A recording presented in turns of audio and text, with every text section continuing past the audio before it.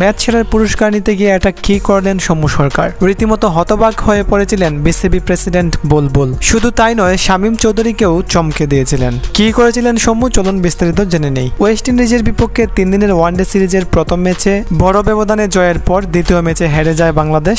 এরপর তৃতীয় ম্যাচে 179 রানের বিশাল ব্যবধানে ওয়েস্ট ইন্ডিজকে হারিয়ে সিরিজ জিতে নেয় বাংলাদেশ।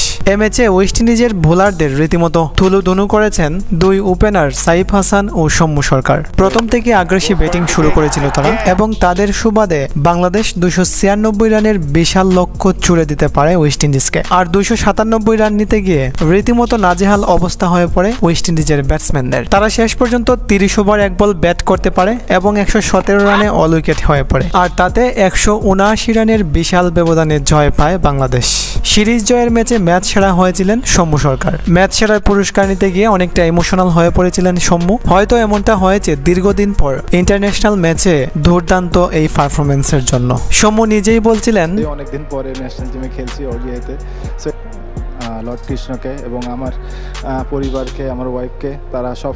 তবে একটা ভুল করে বসেছিলেন সৌম্য সরকার। পুরস্কার বিতরণী অনুষ্ঠানে যোগ দিয়েছিলেন বাংলাদেশ বিসিবি প্রেসিডেন্ট বুলবুল। পুরস্কার হাতে নেয়ার পর বুলবুলকে এড়িয়ে চলে যাচ্ছিলেন সৌম্য।